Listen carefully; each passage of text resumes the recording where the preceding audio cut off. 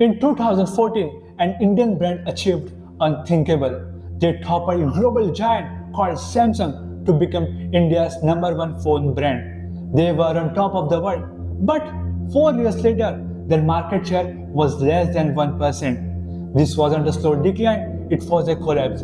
And it wasn't a product failure, it was a failure to see the storm that was coming. Micromax had slain its first giant, but in doing so, it awakened new, more dangerous dragons. The enemy wasn't one company, it was a technological tide wave called 4G, and riding that wave was a new army of hyper-aggressive Chinese competitors, Xiaomi, Oppo, and Vivo. They took Micromax's own rulebook, perfected it, and backed it with the full might of Chinese manufacturing ecosystem.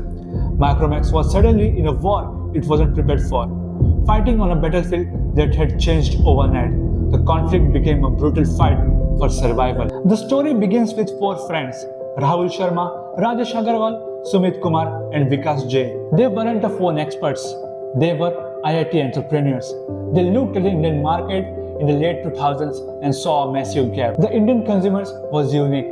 They needed a phone with 2 SIM cards and a battery that could survive the power cuts, and a software in their own language. The global giants were too big and too slow to care about Indians. That was Micromax opening, a mission that built for Indians by Indians. Micromax Rise was built on a brilliant 4-part strategy. It was a masterclass in guerrilla warfare against corporate giants. First, the Shenzhen Express model.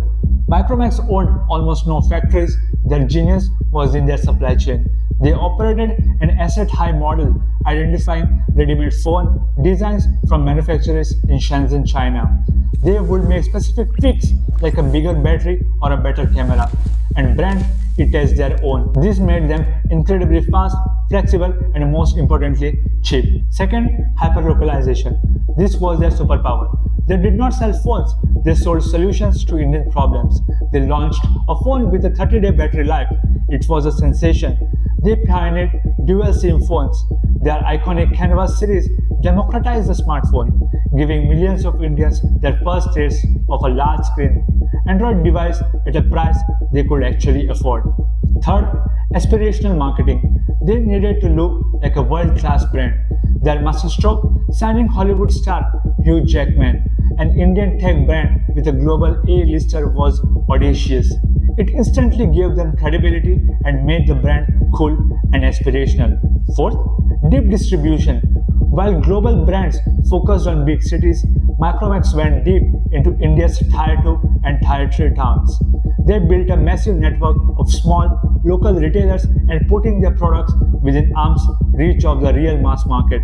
By 2014, their 4-part strategy had made them the undisputed king. The fall was as swift as the rise was spectacular. When Reliance Jio launched its free 4G network in 2016, Micromax's entire portfolio of 3G phones became absolute overnight. The Chinese brands prepared for the 4G shift flooded the market. The numbers were brutal. From number 1, they plummeted out of the top 5 in a matter of quarters. The brand that was once a symbol of Indian pride became a ghost in the market it had created.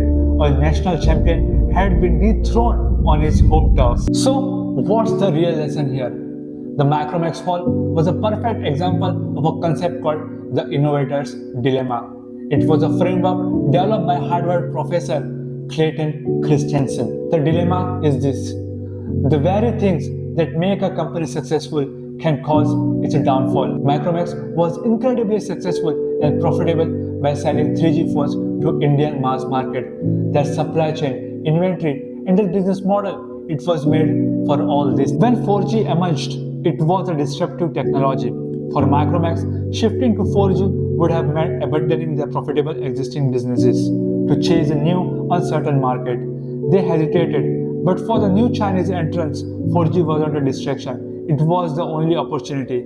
They had no old business to protect, so they could attack with full force. Micromax was trapped by its own success. The story of Micromax is a powerful warning to any successful company.